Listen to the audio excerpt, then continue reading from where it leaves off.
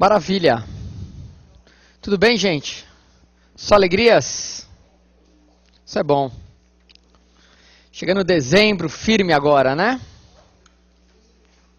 Temos aí mais 2 semanas. Depois Papai Noel, não é? Então vamos aproveitar essas nossas 2 semanas ainda com muita aula.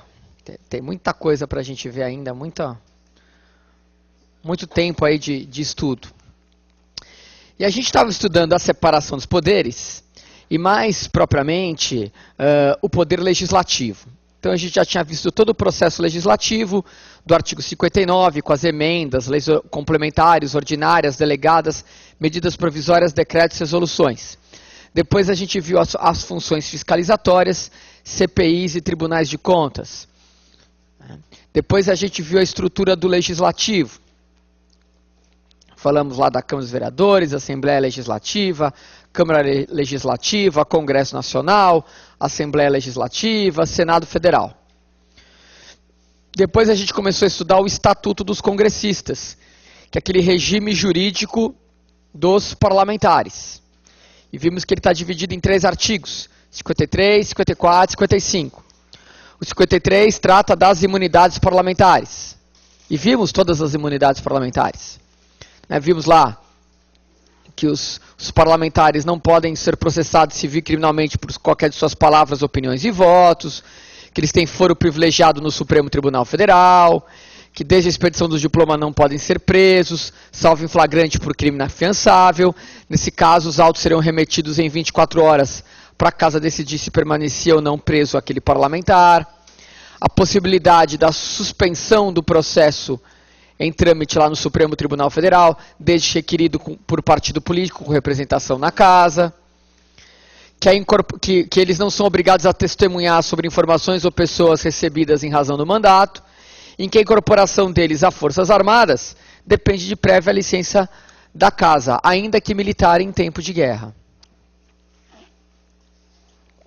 Depois, a gente começou a ver as vedações parlamentares, o que o deputado, o que o senador não pode fazer no artigo 54, pelo mesmo motivo que eles têm as imunidades do artigo 53, aquele dever, poder de imparcialidade. Em nome da imparcialidade, em nome de uma atuação livre, os parlamentares têm aquelas imunidades 53. Mas pelo mesmo dever de imparcialidade na sua atuação, eles têm as vedações do artigo 54. E finalmente a gente chegou no último artigo, que é o artigo 55 da Constituição, que é o caso de perda do mandato parlamentar. E a gente chegou a ver todos os casos aqui de perda de mandato parlamentar. Falamos, o primeiro caso é aquele que descumpre o artigo 54. Então está lá, perderá o mandato o deputado ou senador, que descumprir as vedações do artigo 54. Já no inciso 2, a gente fala da famosa quebra de decoro parlamentar.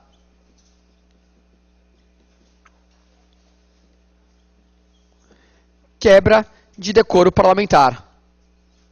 Que além dos casos definidos no regimento interno, quebra o decoro, abuso de prerrogativa e percepção de vantagem indevida. Percepção de vantagem indevida e abuso de prerrogativa. A terceira hipótese é aquela falta a mais de 1/3 das sessões ordinárias da casa no mesmo ano, na mesma sessão legislativa. Lembra lá? A falta a mais de 1/3 das sessões ordinárias no mesmo ano, na sessão legislativa, salvo licença ou omissão autorizada.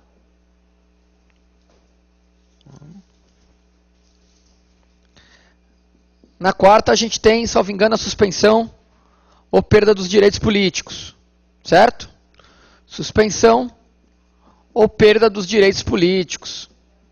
Hipóteses que estão no artigo 15 da Constituição, que veremos lá na frente. A quinta, quando decretado pela Justiça Eleitoral.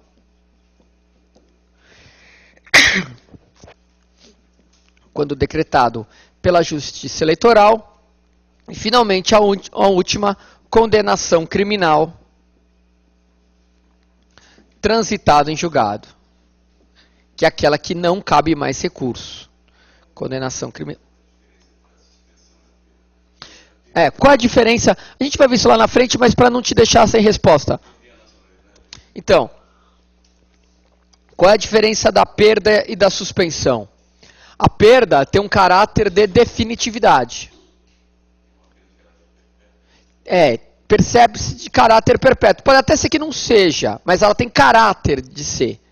Por exemplo, cancelamento da naturalização. Poxa, eu sou brasileiro naturalizado. Cancelar a minha naturalização. Ok, cabe ação rescisória, se surgir um fato novo, tal, mas ela tem caráter de definitividade. E se eu perdi a minha nacionalidade brasileira, essa condenação tem um caráter permanente. Agora, a suspensão já por prazo determinado. Por exemplo, condenação criminal enquanto durarem seus efeitos. Eu fui condenado a 6 anos de prisão. Eu tenho meus direitos políticos suspensos. Não cabe mais recurso, eu vou ter que cumprir essa pena.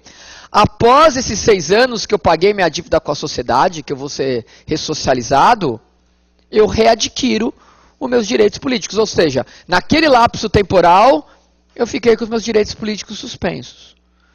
Ou outra, improbidade administrativa. Enquanto durarem seus efeitos, a mesma coisa.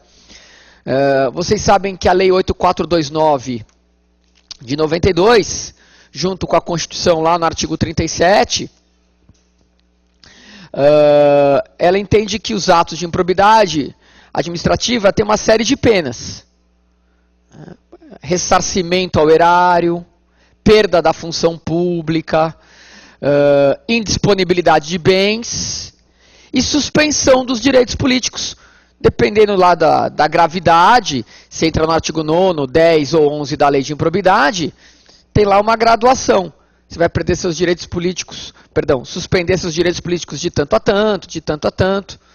Quer dizer, depois que eu cumprir aquele período, automaticamente eu readquiro os meus direitos políticos. Por isso, um caráter de apenas suspensão, por um lapso temporal determinado.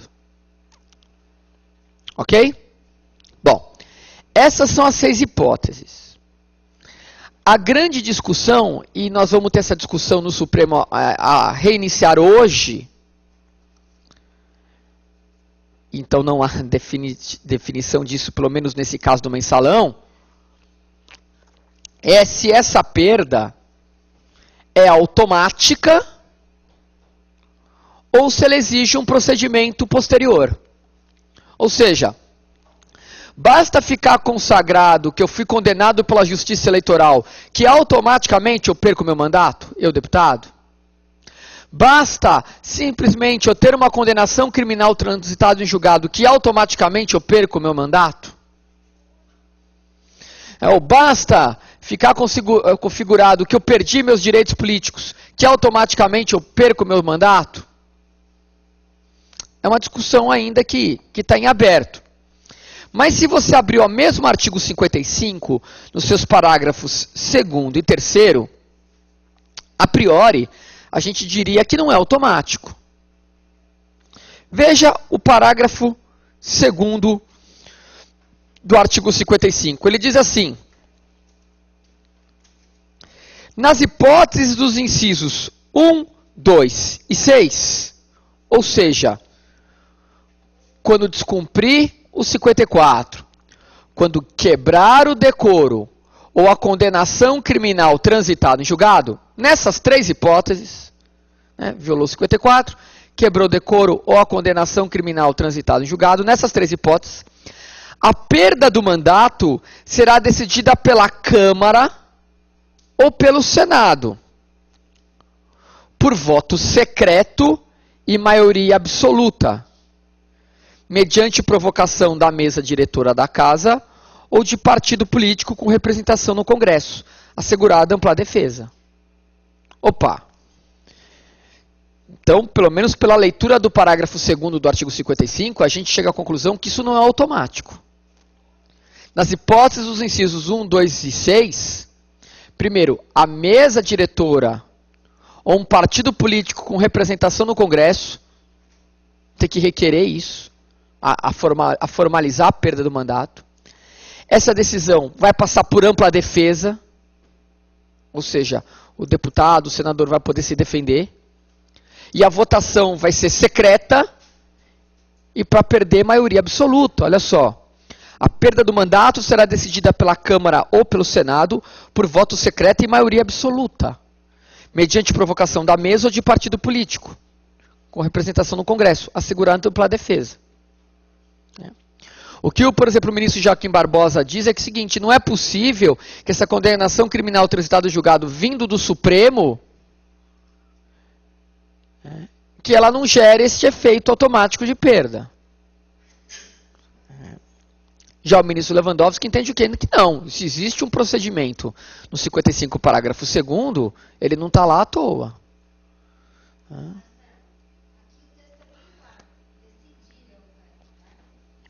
Aqui.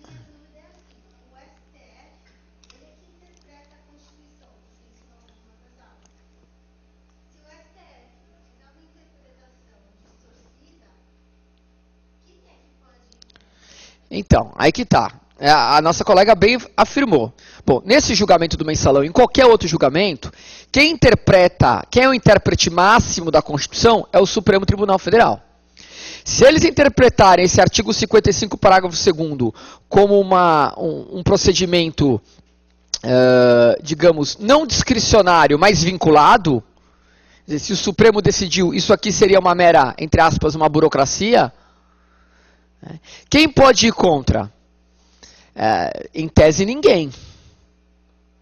Porque o Supremo, pela Constituição, lá no artigo 102, a gente vai falar disso, é o intérprete máximo da Constituição. Agora, o que pode acontecer, e eu não sei se isso vai acontecer, é gerar uma crise institucional. O Supremo assim determinar, e ordem judicial não se discute, se cumpre. Mas aí a gente pode entrar em choque, por exemplo, com a Câmara. Porque a Câmara pode dizer, não, peraí, quem decide aqui dentro sou eu.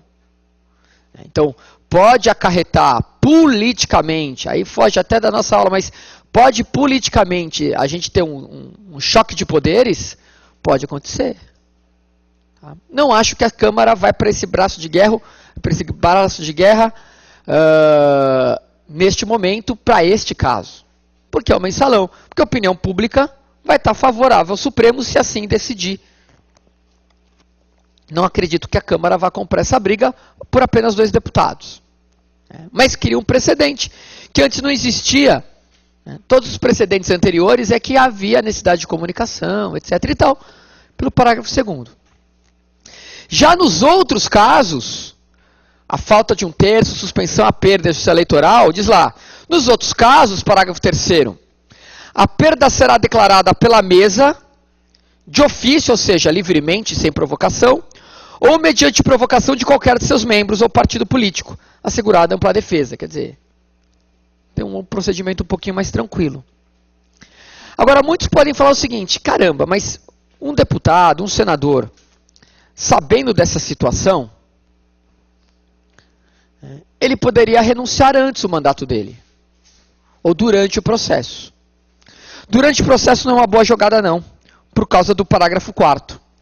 A renúncia de parlamentar submetido a processo que vise ou possa levar à perda do mandato terá seus efeitos suspensos até a decisão final desses procedimentos que a gente comentou. Então, o que acontece?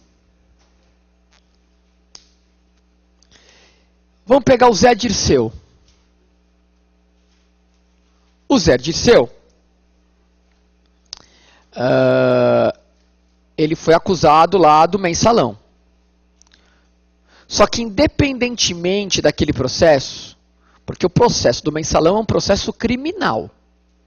E como a gente já falou em aulas passadas, uma coisa é um processo criminal, que apura um crime. Então, corrupção ativa, corrupção passiva, peculato, crime. Podia ser um roubo, um homicídio, crime. Isso é um processo criminal. Nós temos um processo civil, que a gente vai discutir, vamos ressarcir o dinheiro, vamos suspender os direitos políticos. Veja, são penas cíveis. E para o servidor concursado eu tenho um processo administrativo interno, que pode até dar demissão, advertência e tal. E para o agente político, a gente tem um processo de perda de mandato. Veja, quem decide a perda do mandato é um processo interno. Que não vai passar pelo crivo do Poder Judiciário. O processo crime vai apurar uma pena de reclusão. O processo civil vai falar em ressarcimento. Agora, o agente político pode ter um terceiro processo dentro da própria casa, politicamente, de perda do mandato. Que foi o que aconteceu com o Zé Dirceu, que foi o que aconteceu com o Roberto Jefferson. Os dois tiveram um processo de perda de mandato. Esquece o processo crime no Supremo do Mensalão. Quem cassou o Roberto Jefferson, quem cassou o Zé Dirceu não foi o Supremo. O Supremo está condenando a cadeia. Mas quem cassou o mandato deles foi a Câmara dos Deputados. Num processo político. Agora, a partir do... Por quê? Por causa do 55. Perda de mandato. Processo político. Agora, se depois da abertura desse processo, o deputado ou o senador renunciar, essa renúncia não tem efeito até a decisão final. Então, por que eu estou dizendo isso? Vamos pegar o caso do Antônio Carlos Magalhães. O Antônio Carlos Magalhães, lembra da história da fraude do painel do Senado? Lembra disso? Ele foi acusado de quebrar o sigilo do Senado para saber quem votou a favor ou contra a cassação de um determinado senador.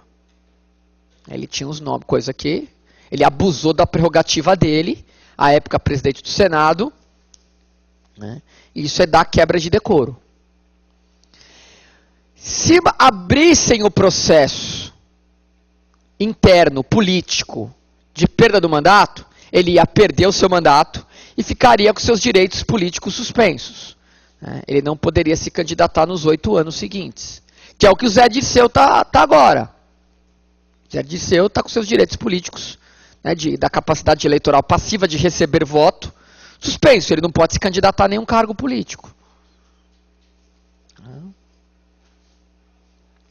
Então, o que o Antônio Carlos Magalhães pensou? Ele falou, só um instantinho, se abrir o processo, e ele, depois do processo, perceber que a história está complicada, e ele renunciar, essa renúncia não tem efeito até o final do processo.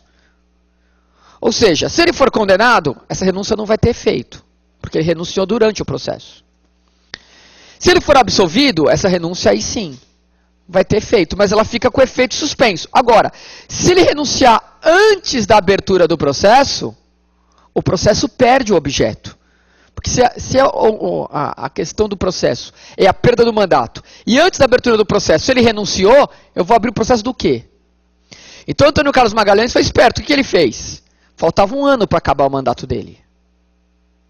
Ele falou, vão abrir o processo disso aqui. Estourou a denúncia, renunciou ao meu mandato. Antes da abertura do processo. Porque o parágrafo 3º diz que a renúncia fica com efeitos suspensos depois de aberto o processo. Quer dizer, antes de abrir o processo, ele renunciou. Renunciou, não teve processo de cassação, porque ele não tem mais mandato.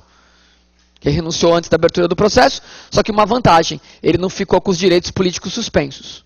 Como faltava apenas 1 ano de mandato, ele renunciou, ficou 1 ano sem mandato, saiu candidato, ganhou de novo e voltou no ano seguinte. Pois não. A cassação é dada pela Câmara, né? E é diferente da perda definitiva, quem pode voltar depois na cassação? Ah, sim, no caso de perda do mandato aqui, ele fica inelegível pelo prazo de 8 anos, não da data da declaração, da data que terminaria o mandato. Então esses 8 podem virar 12, que é o que acontece com o Zé Dirceu. Os 8 anos começam a contar apenas da data que terminaria aquele mandato. Então, se o mandato é de 4 anos e caça o meu mandato no primeiro ano, os 8 anos não começam a contar daquela data, da data que terminaria o mandato. Então, 8 mais 4, 12. Ou 3, dá 11. Que é a situação do Zé Dirceu hoje. né, do Roberto Jefferson. Eles não podem sair candidatos. Agora, não é que eles não podem sair candidatos por causa de mensalão. Ou melhor, até é. Mas não é por causa do mensalão do processo do Supremo, processo crime. Não é porque eles foram condenados criminalmente, transitado e julgado. Porque a condenação, transitado e julgado é de agora. E eles já perderam os direitos políticos há 3, 4 anos. Eles perderam num processo político interno de perda de mandato. Já o deputado Valdemar Costa Neto não passou, quer dizer, ele renunciou antes da abertura do processo. De novo, olha lá. Renunciou antes da abertura do processo. Não teve processo de cassação porque ele renunciou antes. Na outra eleição ele saiu candidato e ganhou. E agora vê a condenação criminal transitada e julgado contra ele. E agora está sendo discutido como é que se aplica esse parágrafo 2º do artigo 55. Tudo bem? Legal.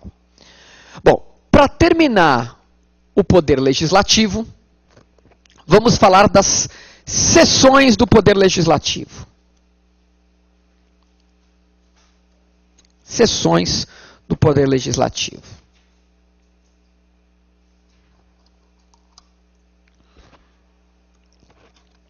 A primeira sessão é a sessão ordinária.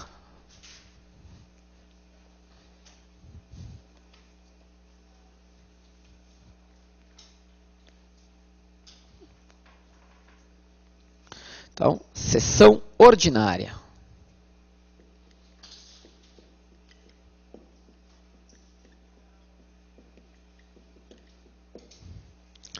Sessão ordinária, artigo 57 da Constituição.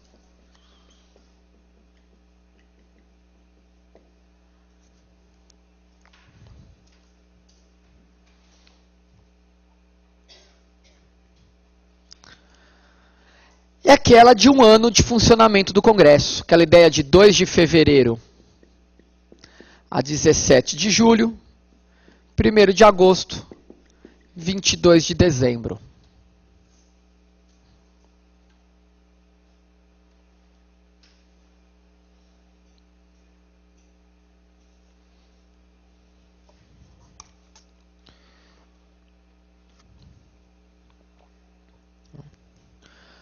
Fora desse tempo, nós estamos no recesso parlamentar. Então, lá do dia 18 de julho a 31 de julho e de 23 de dezembro a 1º de fevereiro do outro ano, recesso parlamentar.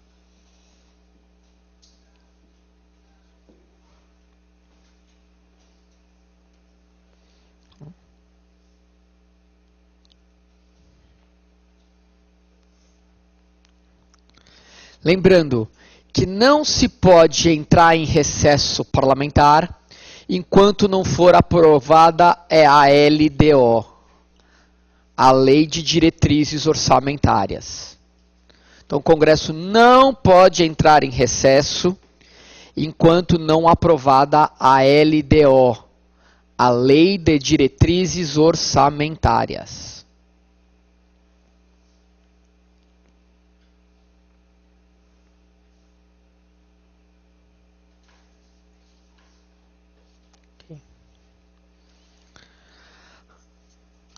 Agora, além da sessão ordinária, nós temos a sessão extraordinária.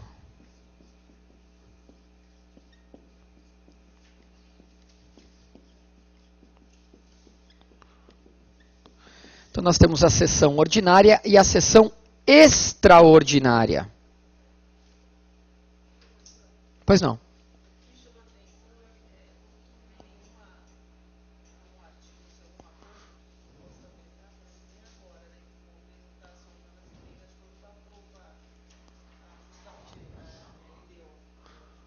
Certo.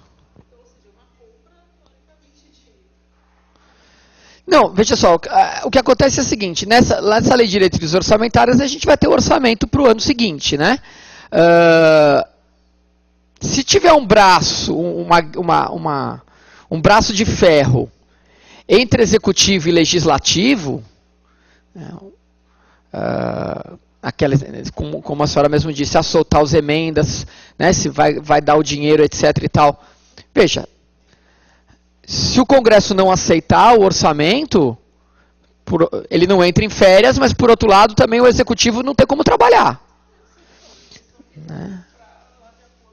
Ah, bom, mas a gente nunca pode perder de vista que são órgãos políticos. Tanto o Executivo como o Legislativo são órgãos políticos. Né? Sempre. Sim, sim. Tem que aprovar e sancionado pelo presidente. Se tiver alguma divergência, enquanto não tiver a lei, nada feito. Exatamente. Bom, aí nós temos as sessões extraordinárias. Bom, elas vão ser convocadas, o nome já diz, extraordinariamente. Bom, primeiro, sessões ordinárias convocadas pelo presidente do Senado.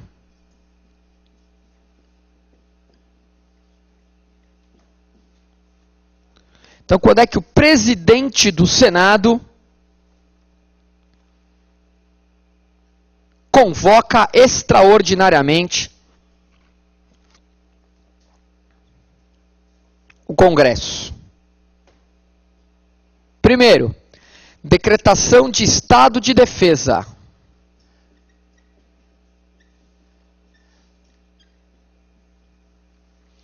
Decretação de estado de defesa.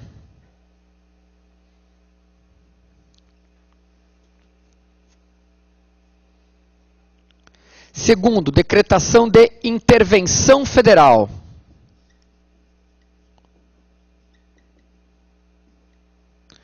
Decretação de estado de defesa. Decretação de intervenção federal. Terceira, pedido de estado de sítio.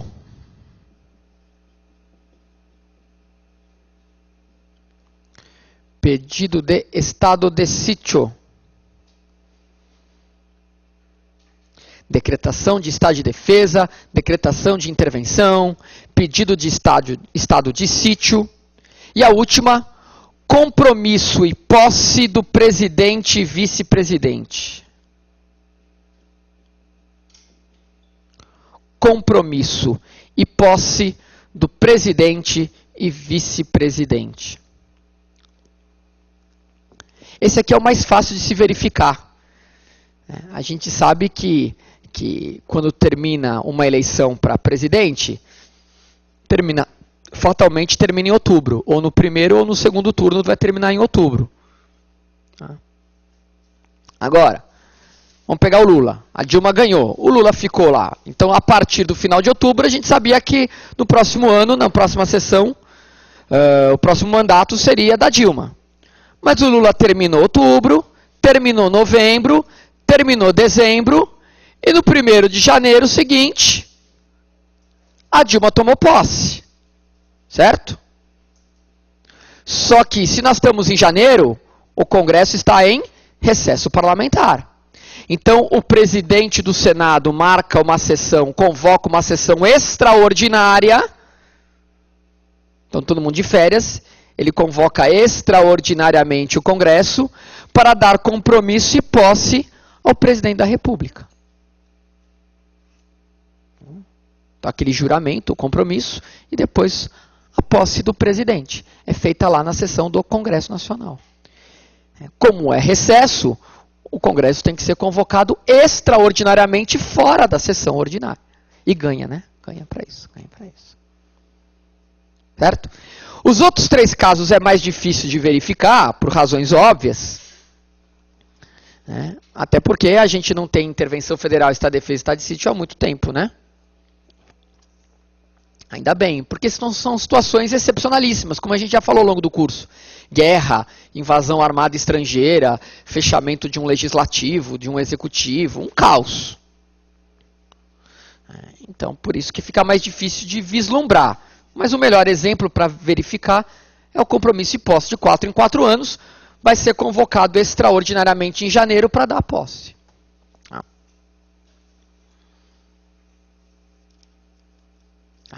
Agora, nada impede do presidente da República também convocar extraordinariamente. Então, quando é que o presidente convoca extraordinariamente? Presidente da República. Quando é que ele pode convocar extraordinariamente o Congresso? Em caso de urgência, então convocação extraordinária pelo presidente da República. Em caso de urgência,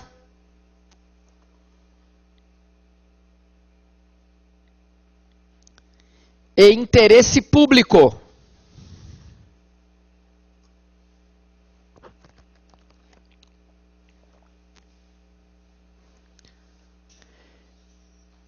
Havendo aprovação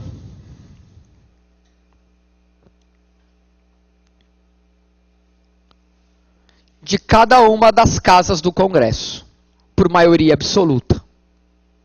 E havendo aprovação por cada uma das casas do Congresso, por maioria absoluta.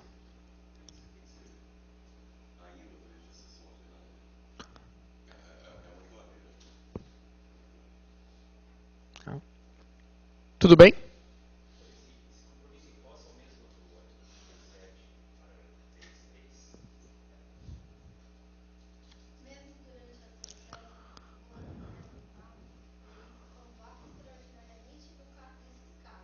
Exatamente, ele pode convocar extraordinariamente o Congresso, não nesses casos. Nesse caso é o presidente do Senado. Certo. Extraordinariamente nessas hipóteses, o presidente do Senado. Agora, o presidente da República, fora dessas hipóteses, havendo urgência e interesse público relevante, e aprovação por maioria absoluta de cada uma dessas casas, ele também pode requerer a convocação extraordinária. Tá? Este mesmo procedimento, urgência, motivo relevante de interesse público e maioria absoluta, também pode ser utilizado pelo presidente do Senado, pelo presidente da Câmara ou pela maioria absoluta das casas. Da mesma forma que o presidente da República, por esses motivos de urgência e relevância, pode convocar extraordinariamente o Congresso, o presidente do Senado, da mesma forma do presidente da República, cabe o mesmo procedimento requerido pelo presidente do Senado, pelo presidente da Câmara ou pela maioria das casas.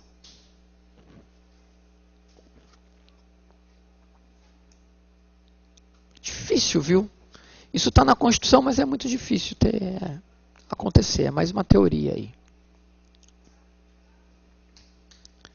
Tudo bem? Bom, então passa uma régua aí. A gente terminou o poder legislativo. Só faltava esse finalzinho aí. Tá? Então a gente viu tudo de poder legislativo, viu todo o processo legislativo, viu a função fiscalizatória com CPIs e tribunais de contas, viu a estrutura do legislativo, viu todas as imunidades, vedações e perda de mandato. Bom, vamos falar do poder judiciário. Poder judiciário brasileiro.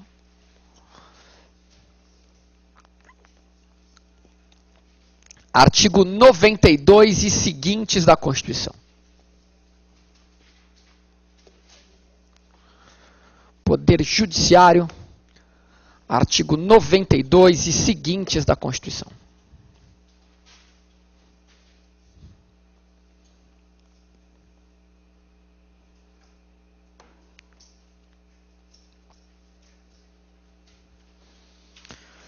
Bom, antes da gente entrar na estrutura, eu vou fazer um quadro aí daqui a pouco, grande.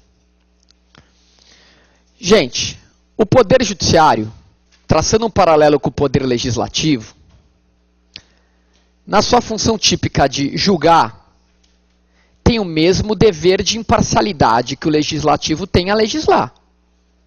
Evidente. Quer dizer, o juiz tem que julgar de peito aberto, dentro da sua linha de convencimento. Em nome deste poder-dever de imparcialidade, assim como o legislativo tem as imunidades, Os magistrados têm certas garantias. Então vamos falar das garantias dos magistrados. Garantias dos magistrados. Legal? Primeira garantia, vitaliciedade.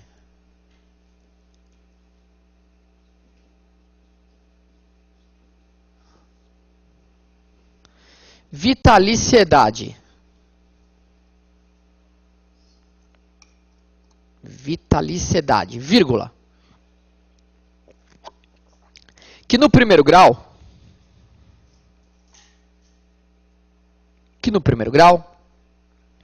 é adquirida,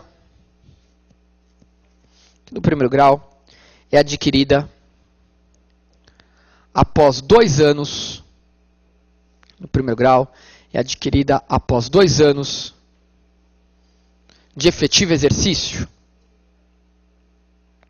É adquirida após 2 anos de efetivo exercício. Dependendo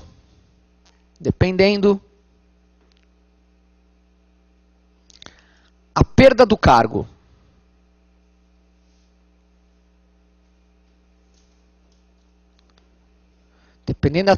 neste período,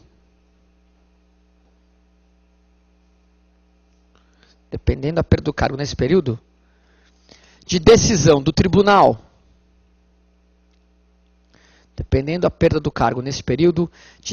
do tribunal, a que está vinculado.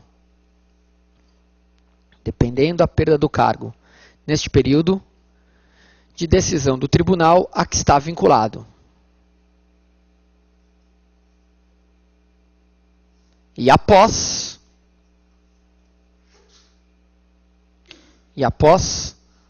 por sentença judicial,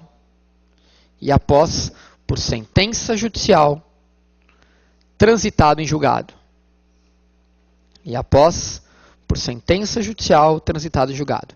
Vitaliciedade, que no primeiro grau é adquirida após 2 anos de efetivo exercício, dependendo da perda do cargo neste período, de decisão do tribunal a que está vinculado. E após, por sentença judicial, transitado em julgado. Então, a primeira garantia da imparcialidade do magistrado é a vitaliciedade. Gente, a vitaliciedade é mais forte que a estabilidade do servidor público concursado comum. A vitaliciedade é um plus à estabilidade que vocês buscam aqui no concurso. A estabilidade é a garantia de permanência no serviço público. A vitaliciedade é a garantia de permanência no cargo de juiz. Ela é mais forte.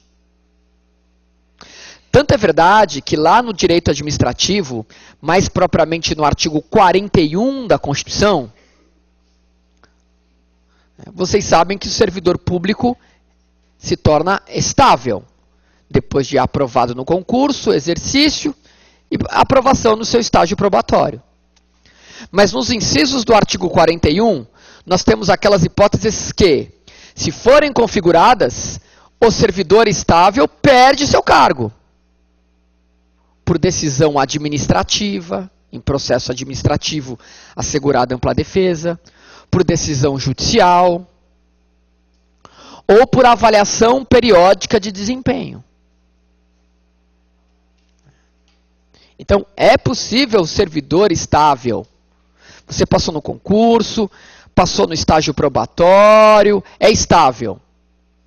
A nossa visão que tem é, bom, se eu sou estável, agora ninguém pode me tirar do serviço público nunca mais. Não é o que diz o artigo 41. Pode abrir um processo administrativo para apurar uma falta funcional grave contra o servidor estável e pode dar a pena de demissão, porque no direito administrativo, demissão é um conceito diferente da demissão do direito do trabalho e do direito privado. Porque no direito administrativo, demissão é sinônimo de pena de processo administrativo. Porque se eu estou na iniciativa privada, falar, não gosto mais do meu trabalho, eu vou pedir demissão. Veja, eu cumpri meu trabalho corretamente, a empresa que eu trabalho também, a gente não tem nenhum problema, mas eu não quero mais continuar, vou pedir minha demissão. Ou a empresa fala, você é um cara bacana, tal, mas eu tenho corte de gastos, vou te demitir.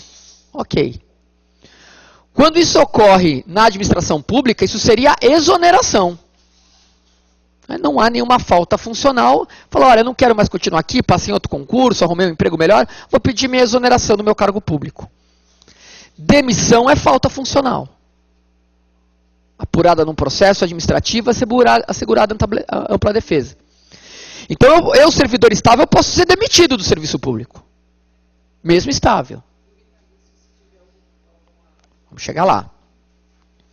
O servidor público estável, num processo judicial, também pode perder seu cargo.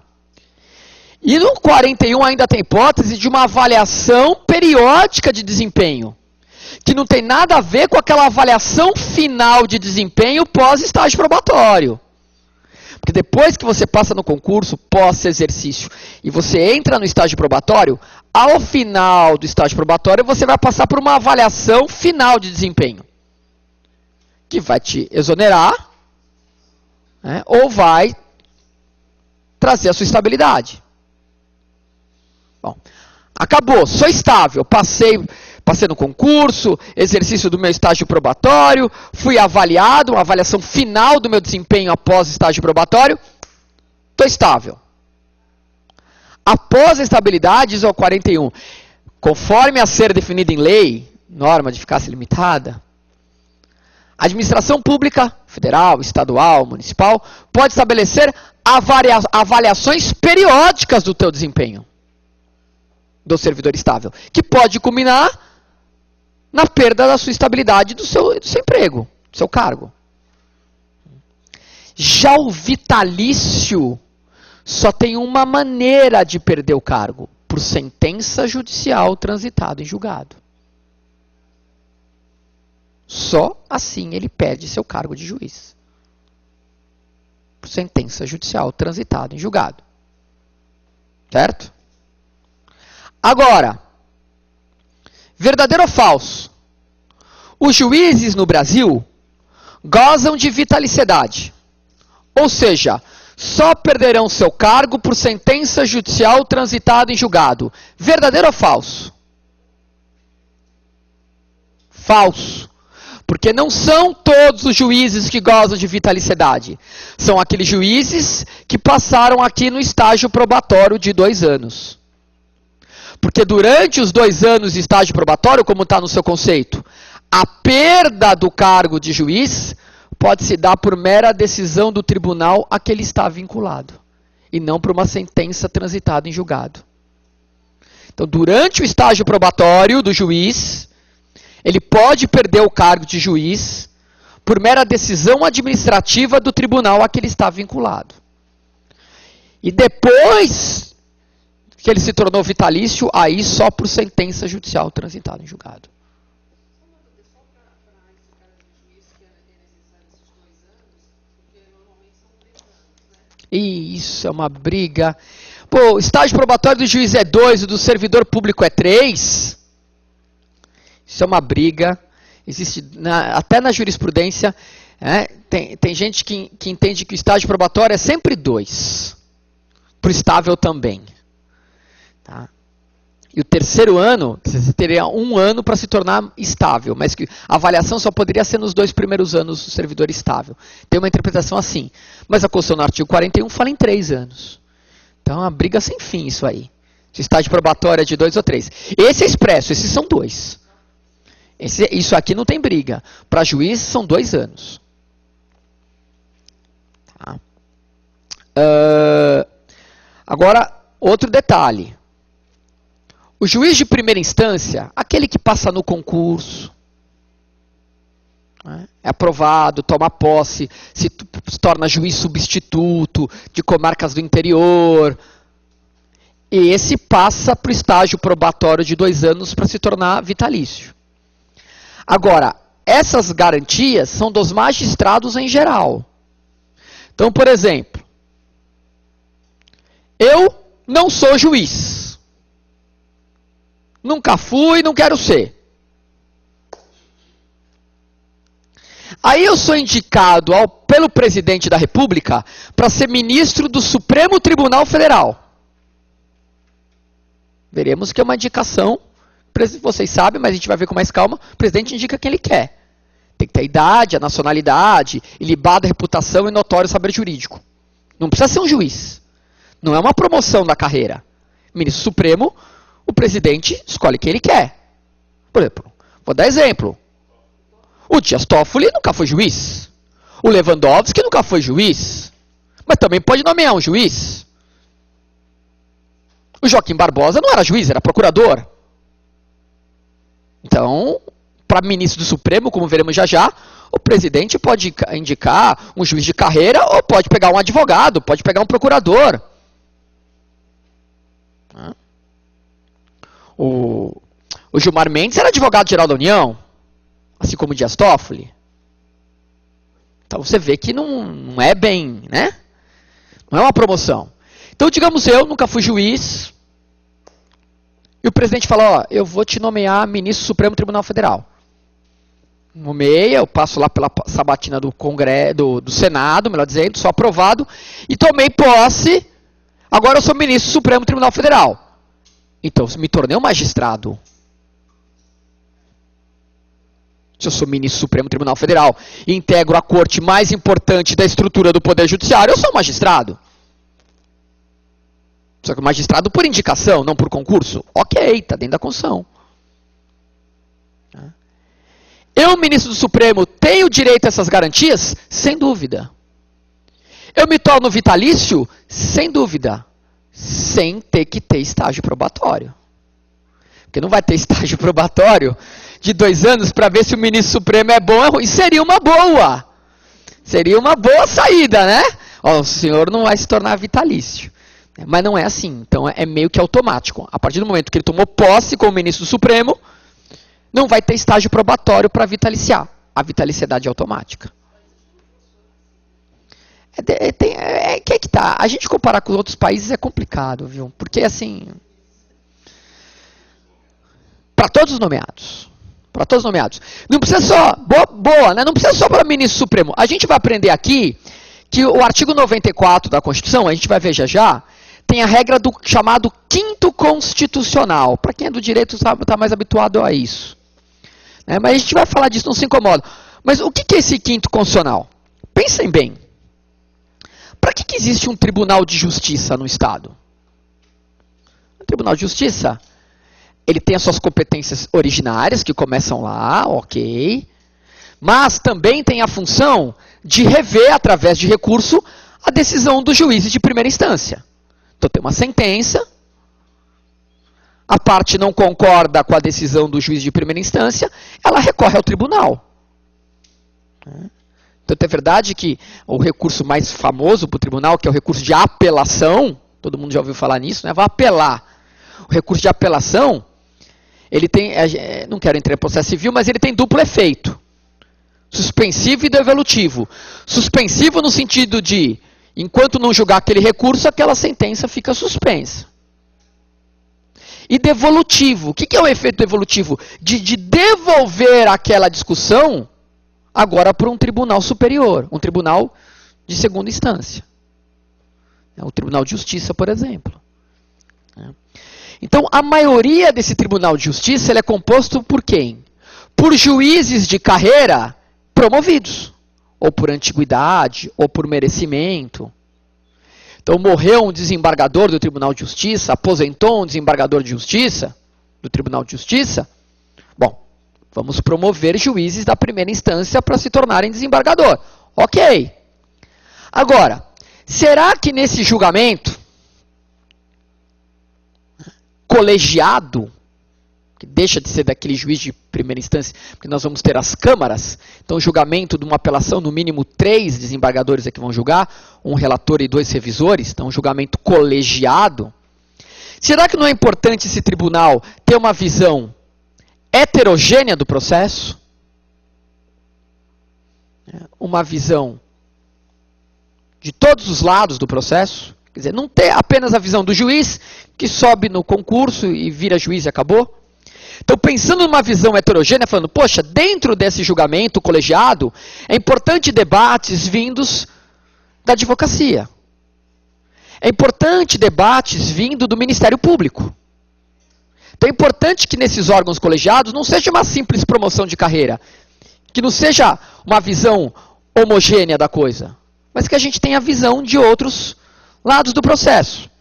Então, baseado nisso, o artigo 94, a gente vai estudá-lo, traz a regra do quinto constitucional. Se 1/5 das vagas de Tribunal de Justiça e Tribunais Regionais Federais, 1/5 desses desembargadores, virão por onde? Por indicação da OAB, né, pela regra do quinto constitucional, serão advogados ou promotores, indicados pelo Ministério Público. Então, 1/5 das vagas dos tribunais é alternadamente de membros da advocacia e do Ministério Público. Então, 4/5 do tribunal é juiz de carreira promovido. 1/5 vai vir o quê? Advogados, promotores, se tornando automaticamente desembargadores para ter essa visão global do julgamento. Então, um advogado, sem nunca ter prestado concurso público para juiz, pode virar desembargador? Sem dúvida. Um promotor que nunca prestou concurso para juiz pode vir a ser desembargador? Sem dúvida, pela regra do quinto constitucional, que veremos já já. Para o tribunal ter uma visão heterogênea do processo. Ricardo Lewandowski. O Lewandowski é o melhor exemplo. Ele é advogado, ou era advogado, e nessa 1/5 das vagas destinadas aí, alternadamente à advocacia e ao Ministério Público, na vez da advocacia ele foi indicado pela OAB e nomeado pelo governador do estado à época, para ser desembargador do Tribunal de Justiça do Estado de São Paulo. Então a carreira do Lewandowski, ele era advogado, foi nomeado pela lista da OAB, aprovada pelo tribunal e nomeado pelo governador do Estado de São Paulo a ser desembargador do Tribunal de Justiça. Ele se tornou desembargador do Tribunal de Justiça na vaga destinada à advocacia do quinto constitucional e não prestou concurso para ser desembargador. Desembargador, depois foi nomeado pelo presidente para ser ministro supremo. Então, quando ele foi nomeado para ser desembargador, também não tem estágio probatório, é vitaliciedade automática. Então, não é só a nomeação de ministro do Supremo que vai ter vitaliciedade automática. Se for nomeado desembargador do Tribunal de Justiça, na regra do quinto constitucional, se for nomeado ministro do STJ, CNJ a gente vai ver depois. CNJ a gente vai ver depois. CNJ é totalmente diferente, até porque CNJ tem mandato fixo. A gente vai ver. Bom, segunda garantia. Inamovibilidade.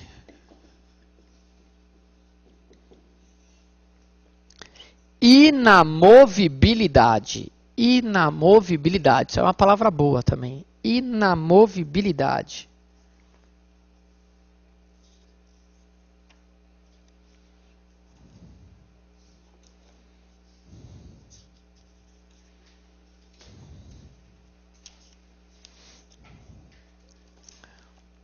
Coloca aí, inamovibilidade, vírgula, salvo,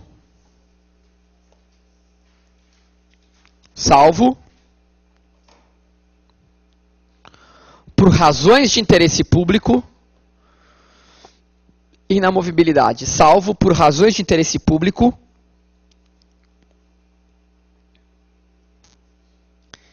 e maioria absoluta, por razões de interesse público, e maioria absoluta, do tribunal a que está vinculado, e maioria absoluta do tribunal a que está vinculado,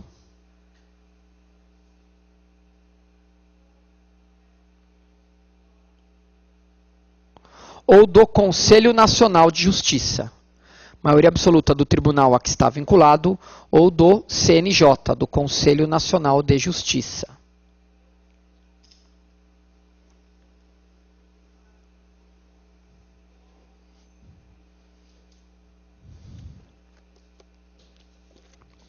Eu gosto de definir essa inamovibilidade, essa segunda garantia,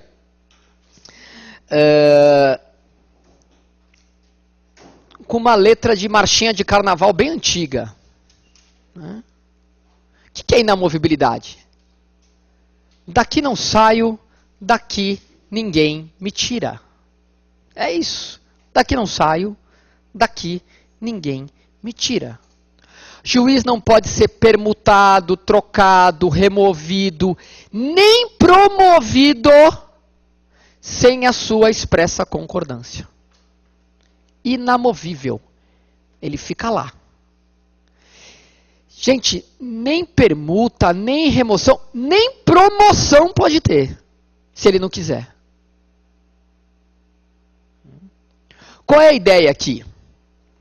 Digamos, eu vou pegar aqui o exemplo de São Paulo, mas vocês aí das suas franquias devem passar pela mesma situação. O camarada se forma em direito, presta a OAB, passa, depois ele decide estudar para ser juiz, estuda anos, prova complicada, tal, e passa no concurso, fica todo feliz. Aí vai para a escolinha da magistratura, aprende lá a fazer a sua sentença, depois ele vira juiz substituto, tem uns que adoram virar juiz substituto, né? Porque juiz substituto é sonho de alguns, porque pula de vara em vara, vai pulando, né? Até virar juiz titular da comarca do interior, aí depois ele vem para a capital, e aí ele vira juiz titular aqui em São Paulo do Foro João Mendes, aqui do lado do Damásio. Foro Central de São Paulo. Tem os foros regionais e tal, e tem o Foro Central. Aquele prédio bonito que tem aqui, super bem conservado. Prédio bacana, tá bonito, né? O Fórum João Mendes, para quem não conhece São Paulo, venha visitar um marco histórico de São Paulo. Um lugar super bonito, super moderno, equipado, né? No meio da audiência estão reformando, aí tem os caras furando a parede, e aqueles carrinhos de mão de areia no meio do fórum. Tá bonito o Fórum João Mendes, tá uma beleza? Mas é o Foro Central de São Paulo. E o juiz, depois de 15 anos, chegou lá. E ele tá feliz pra caramba, tal. Aí ele recebe a visita do assessor do governador do estado. Ô, juiz, parabéns, tal. Demorou 15 anos, mas você chegou aqui, você é titular aqui de uma das varas do Fórum João Mendes, poxa, uma realização profissional, um sonho, é verdade, aquele frufru todo. Então, eu vim aqui não só para te dar um abraço, juizão, eu vim aqui dizer que tem um caso aí do governador, que está na vara, que é importante, e a gente quer que você quebre o nosso galho. O que o juiz faria? Minha independência funcional, você está me ameaçando, isso é uma ingerência do executivo sobre o judiciário, põe esse daqui para fora. Tudo bem. Só que o assessor diz, então eu vou falar para o governador, já que o governador é que aprova o orçamento desse judiciário aqui, eu vou falar com o presidente do Tribunal de Justiça, dizer que você não é um bom juiz, e vou te jogar para o interior novamente. O que poderia acontecer com esse juiz? Tremer. Mas ele tem que ser independente, isso é um absurdo. Então, para evitar qualquer tipo de influência, o juiz responde, não, eu tenho a inamovibilidade. Daqui eu não saio, daqui nem o governador, nem Jesus Cristo me tira. Não posso ser trocado, removido, permutado, sem a minha expressa concordância. Foi o que aconteceu com aquele juiz de Santos. Lembra quando deu aquela confusão toda? Juiz federal, aí fala assim, olha, no meio do processo, se o seu nome foi indicado para ir para o Tribunal Regional Federal, o senhor vai ser promovido, vai sair da primeira instância. Ele falou, não quero ser promovido, quero julgar esse processo. Quero ficar aqui até o fim. Não quero a promoção, é um direito do juiz, não quero. Mas o senhor vai para o tribunal, não quero ir para o tribunal, quero continuar juiz da primeira instância. O senhor vai ganhar mais, é mais, uma promoção, todo mundo quer uma promoção na carreira. Eu não quero, quero continuar aqui, direito do juiz, inamovibilidade. Com exceção que já está no seu caderno. É possível quebrar essa inamovibilidade quando existe um motivado interesse público e uma manifestação de maioria absoluta do tribunal todo, que ele pertence, ou maioria absoluta do Conselho Nacional de Justiça. É a única exceção ao princípio da inamovibilidade, como já está no seu conceito que a gente passou. Então, havendo motivado interesse público e maioria absoluta do tribunal ou do CNJ, aí tem a ressalva à inamovibilidade. Aí pode acontecer a troca de um juiz. Os TJs capitais. Vamos falar disso já. Tá? E a última garantia, que é a irredutibilidade de subsídios.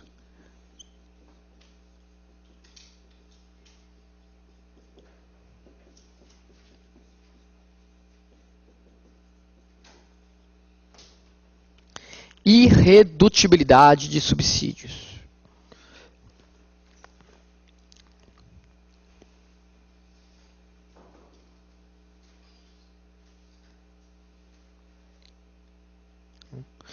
A ideia é o quê? Que o ganho mensal do juiz não pode ser usado como arma para jogar a magistratura para um lado ou para o outro. O governador está em guerra com o judiciário, ele congela, abaixa o salário, tal. Não pode. Isso não quer dizer que os ganhos do juiz não estejam afetados à inflação. Lógico que está. Não é porque é irredutível que ele vai ter aumento todo mês, todo ano. Não é essa a ideia. Ah, a inflação reduziu o poder de ganho do salário do juiz, então vamos aumentar, porque é irredutível. Não, não é essa a ideia. Redutibilidade aqui no sentido de, olha, não pode ser usado uma ameaça monetária para quebrar a independência funcional do juiz. Irredutibilidade dos subsídios. Então, essas são as 3 garantias que os magistrados têm. Vitaliciedade, inamovibilidade e irredutibilidade. Agora, nós deixamos bem claro. Por que o juiz tem essas garantias? Como a gente deu nos exemplos. Para evitar uma influência que violar política, econômica, social, que quebre a independência funcional do juiz, o dever da imparcialidade da sua decisão. Agora, pelo mesmo dever de imparcialidade que os juízes magistrados têm essas garantias, eles também têm certas vedações. Então, quais são as vedações aos magistrados? Pelo mesmo motivo, dever de imparcialidade. Vedações aos magistrados.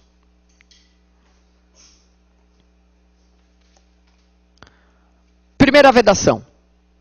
Os magistrados não podem exercer,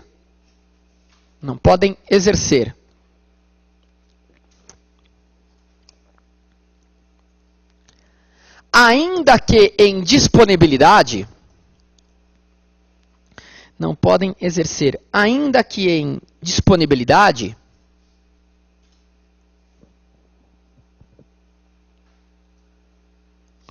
outro cargo ou função. Não podem exercer outro cargo ou função. Salvo uma de magistério.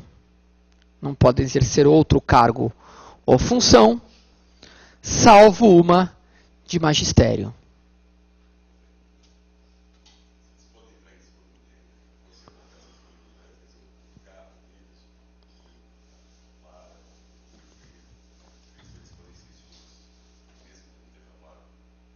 Não, pode acontecer extinção do cargo, pode acontecer colocar em disponibilidade, desde que não seja vitalício e tal, pode, né? Ah, não, você diz a disponibilidade remunerada, pode acontecer extinção do cargo e tal. É muito difícil pensar nisso, mas é possível. É possível. Agora, a ideia aqui qual é? Olha, o juiz não pode exercer... A função do juiz é muito importante. Ele não pode decidir processos e ter outra função paralela. Ele não pode ser administrador de uma empresa e ser juiz ao mesmo tempo. Primeiro que quebra a imparcialidade. Se ele está no mercado econômico, competindo com terceiros, como é que fica? E mais, ele precisa de um tempo importante para julgar as coisas, para ter audiência.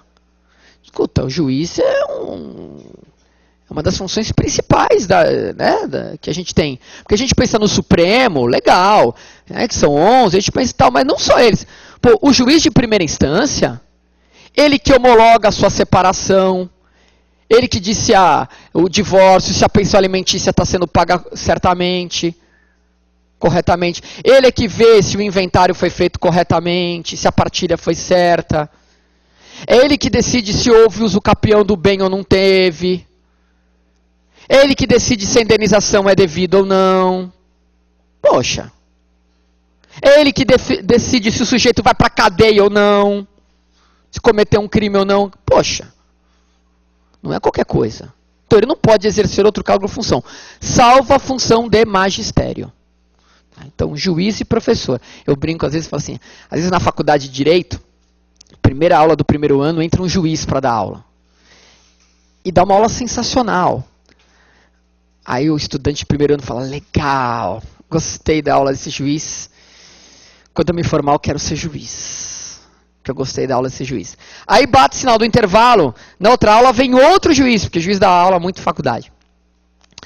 Aí vem outro juiz, aí o aluno fala, mas que aula horrível. Não entendi nada. Por que esse juiz não vai fazer outra coisa da vida, além de ser juiz, porque ele não pode? É juiz e professor, ele não pode exercer outra atividade. Tá? Segunda vedação.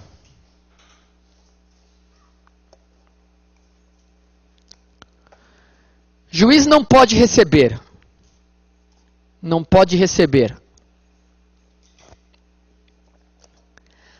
a qualquer título ou pretexto,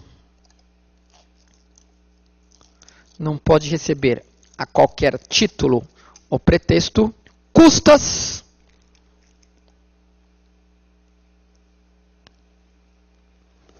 ou participação em processo.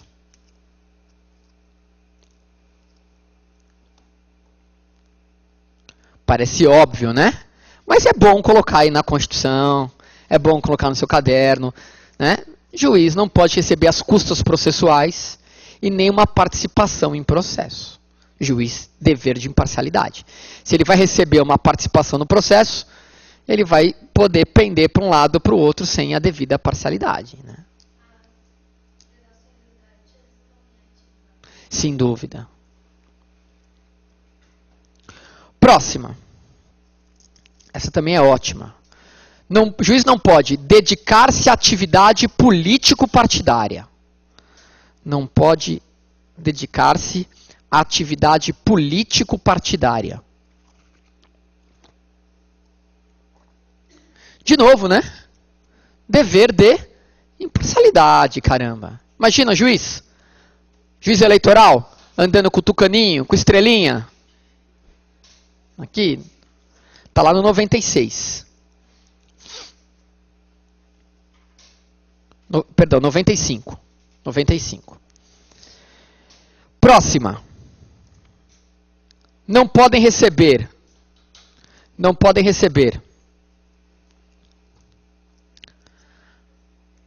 auxílios ou contribuições.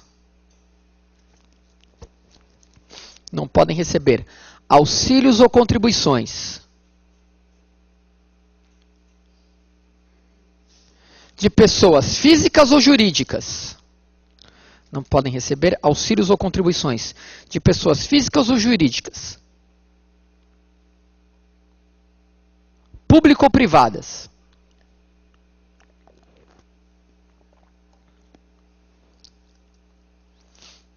Salvo exceções legais.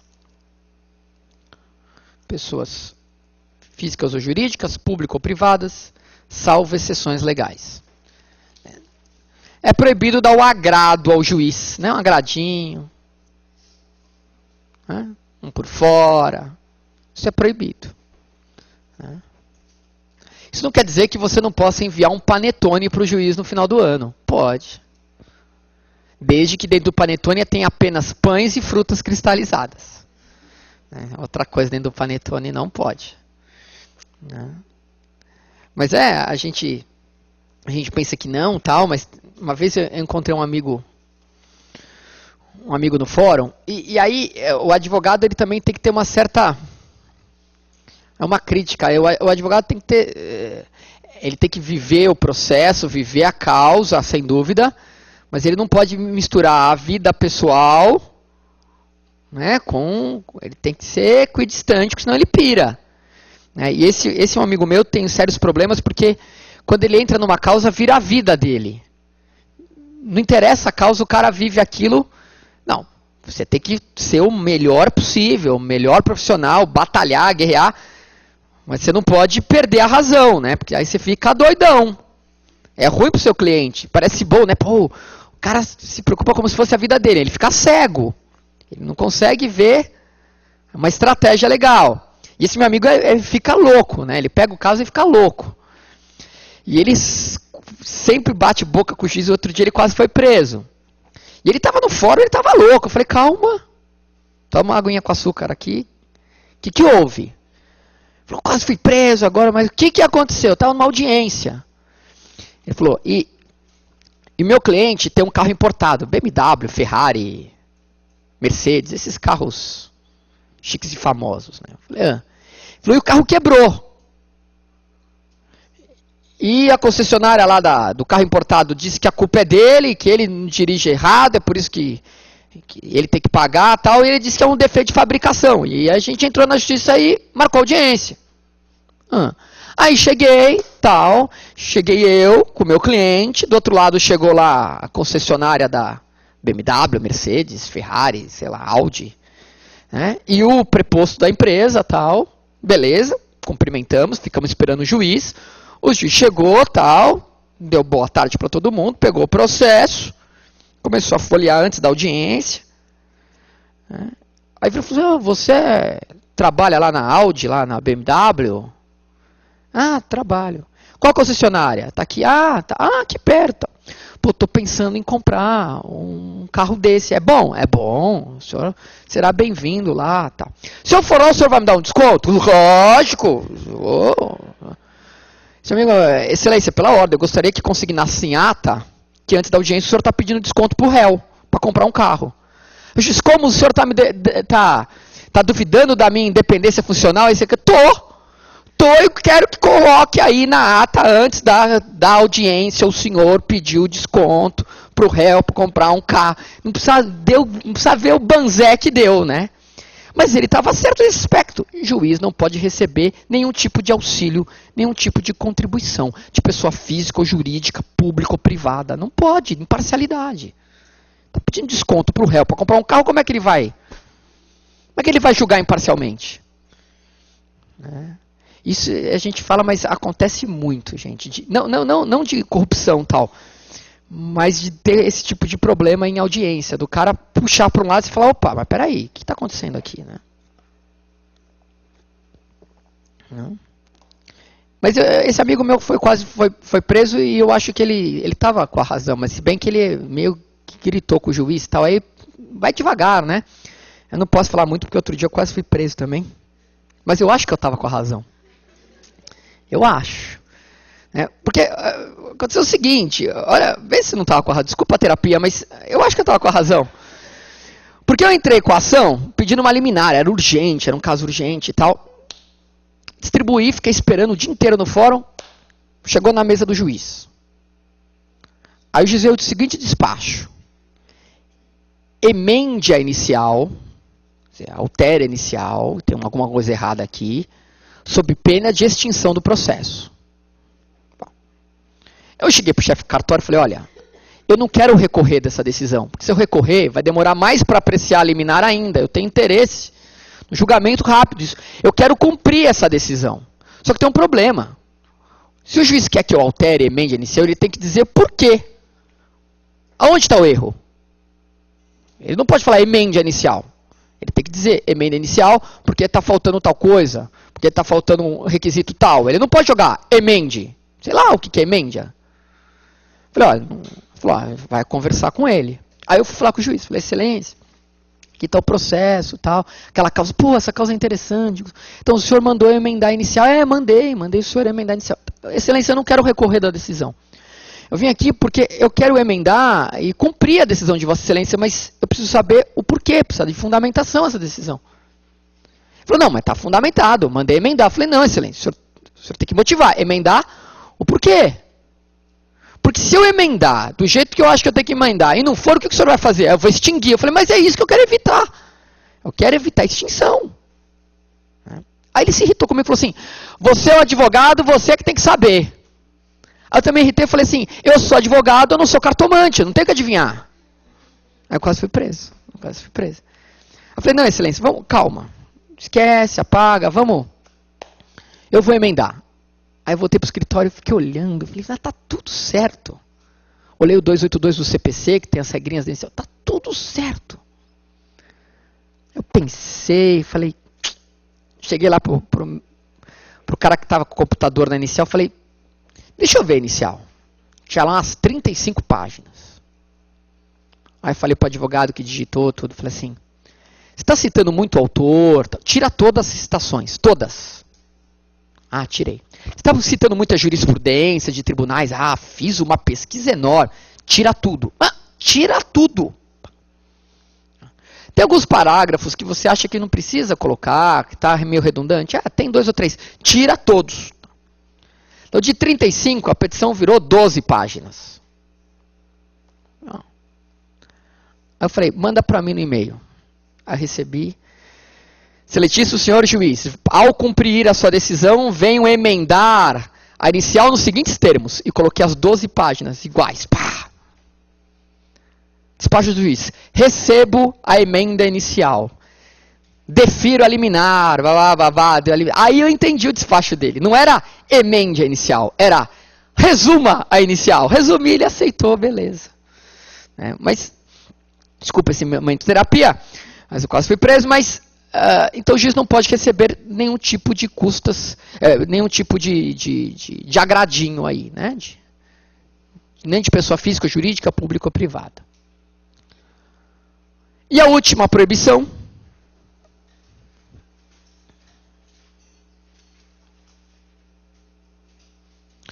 Juiz não pode exercer a advocacia. Juiz não pode exercer a advocacia.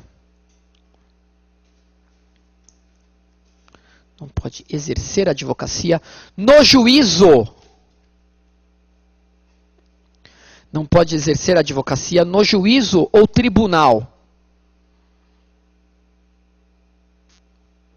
No juízo ou tribunal do qual se afastou. No juízo ou tribunal do qual se afastou. Antes de decorridos 3 anos, não pode exercer a advocacia no juízo ou tribunal do qual se afastou. Antes de decorridos 3 anos da aposentadoria ou exoneração.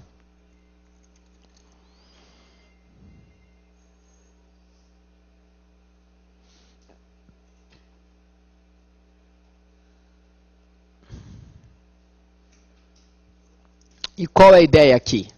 É o que vulgarmente a gente chama de quarentena para o juiz. É a ideia de um período de resguardo. O juiz se aposentou? Ou pediu exoneração do cargo? Legal. Ele precisa de um período, né, resguardado para só depois, então, advogar naquele juízo, naquele tribunal, por questões óbvias. Ah, mas isso seria inconstitucional. Você está violando a liberdade de atuação profissional, liberdade de trabalho, de exercício de profissão. Não. O juiz aposentou, no outro dia ele pode advogar? Sem dúvida. Essa proibição diz que ele não pode advogar no juízo, no tribunal que ele se aposentou, que ele se afastou nos 3 primeiros anos. Para evitar aquela influência direta. Ele pode advogar em qualquer outra área. ou em qualquer outro tribunal. Ele não pode ir naquele juízo, naquele tribunal onde se deu a aposentadoria e a exoneração, antes de 3 anos. E depois dos 3 anos, até lá ele pode.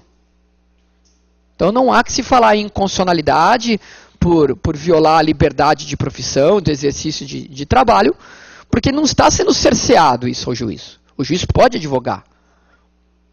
Mas para evitar influência direta, violação ao dever da imparcialidade dos outros juízes, naquele juízo, naquele tribunal, antes dos 3 anos, nada feito. Tudo bem? Joia. Agora a gente vai falar da estrutura do Poder Judiciário. A gente vai fazer um gráfico aqui na lousa.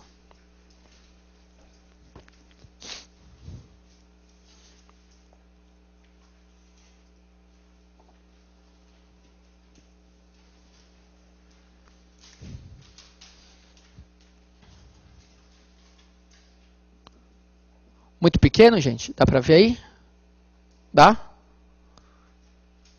Supremo Tribunal Federal.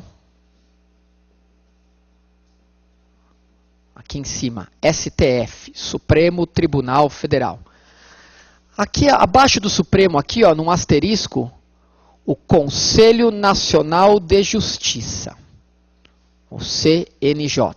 Então, Supremo Tribunal Federal lá em cima. Aqui no asterisco ao lado, abaixo do Supremo, CNJ, Conselho Nacional de Justiça. Certo? Bom, agora a gente começa uma bifurcações aqui. Aqui a gente vai para o Superior Tribunal de Justiça, o STJ. Então, lá em cima, Supremo, abaixo dele, do ladinho ali, o CNJ. Aí bifurca... Aí bifurca STJ. Aqui mais uma. Superior Tribunal do Trabalho. Tribunal Superior do Trabalho, né? TST.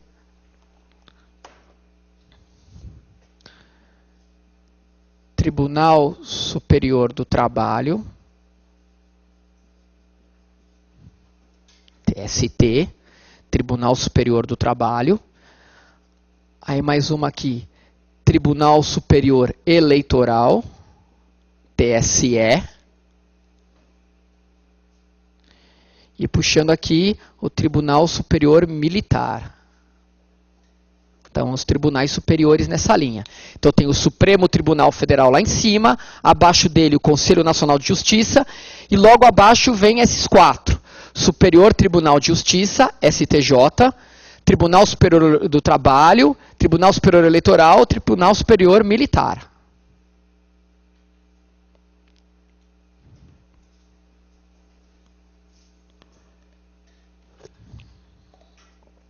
Ok?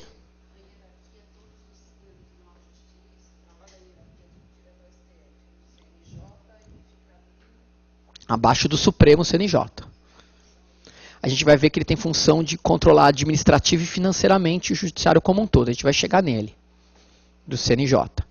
Aí, abaixo aqui do STJ, do Superior Tribunal de Justiça, a gente tem os tribunais de justiça,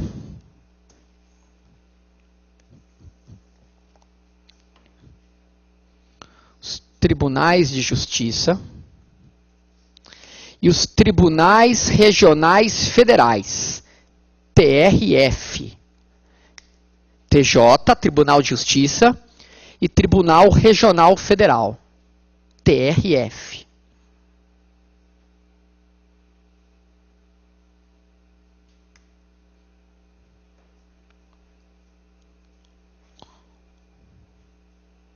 Ok?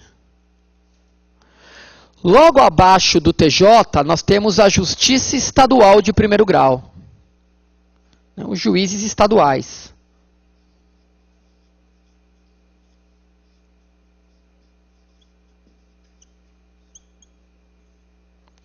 Juízes estaduais.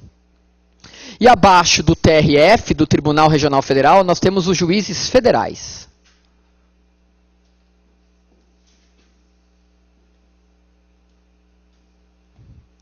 Então a gente tem a Justiça Estadual de Primeira Instância, logo acima dela Tribunal de Justiça, depois vai para o Superior Tribunal de Justiça e Supremo Tribunal Federal. Nós temos a Justiça Federal Primeira Instância, a segunda instância seria o Tribunal Regional Federal, Superior Tribunal de Justiça e Supremo Tribunal Federal. Vai subindo, né? Vai subindo na escadinha aqui. Certo? Abaixo do Tribunal Superior do Trabalho, nós teremos os Tribunais Regionais do Trabalho, TRTs, famosos, e os juízes trabalhistas, da primeira instância. Juízes do trabalho.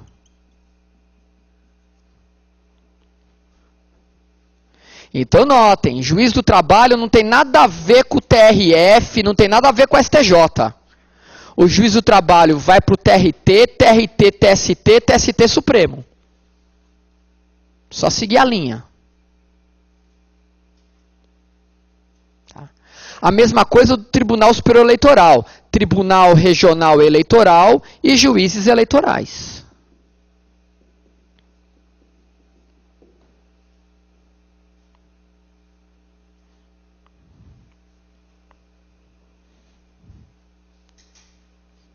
E aqui do Tribunal Militar nós temos as juntas militares.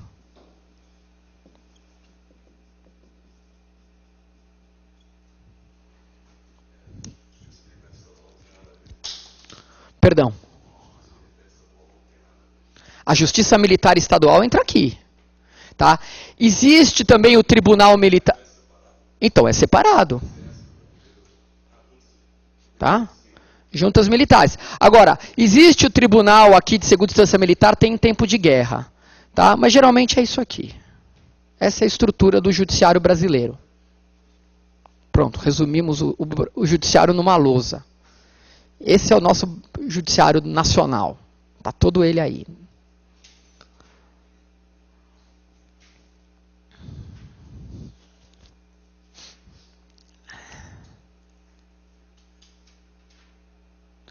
Então, Supremo Tribunal Federal lá em cima, abaixo dele, nesse asterisco, e deixo bem claro, ele está abaixo do Supremo. Tá? Talvez na lousa não ficou muito bom, mas está abaixo do Supremo. CNJ, abaixo do Supremo, não é na mesma linha. Tá? Aí, abaixo de tudo, os tribunais superiores. Veja, todos os tribunais são superiores. Olha aqui, ó. Superior, superior, superior. Tribunais superiores. Aqui, os tribunais de segunda instância e o primeiro grau de jurisdição. Se a gente interpretar isso de uma forma horizontal, a gente chega na mesma conclusão. Vamos explicar. E federal, a diferença, vamos explicar. E notem também que aqui nessa linha tracejada, ó, vou colocar em azul,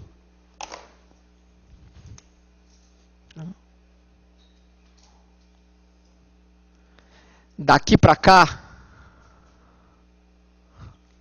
legal? Nós temos o que a gente chama de, que vocês escutam falar, justiça comum.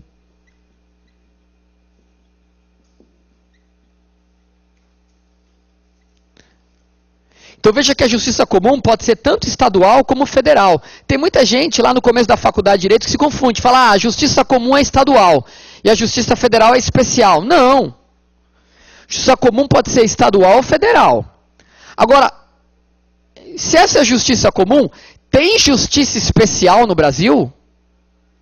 Tem. Resposta é tem, olha aqui, ó. Trabalhista, eleitoral e militar. Tem. Tem.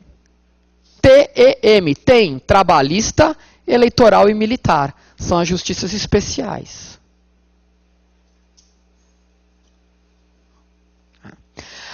O juiz do trabalho é um juiz federal. Sem dúvida. O concurso para juiz do trabalho é um concurso federal. Mas ele é um juiz federal especial do trabalho. Assim como eu vou ter o juiz federal da Justiça Comum. São concursos diferentes. Os dois são juízes federais. Só que um presta para ser juiz federal. O outro presta para ser juiz federal da Justiça do Trabalho.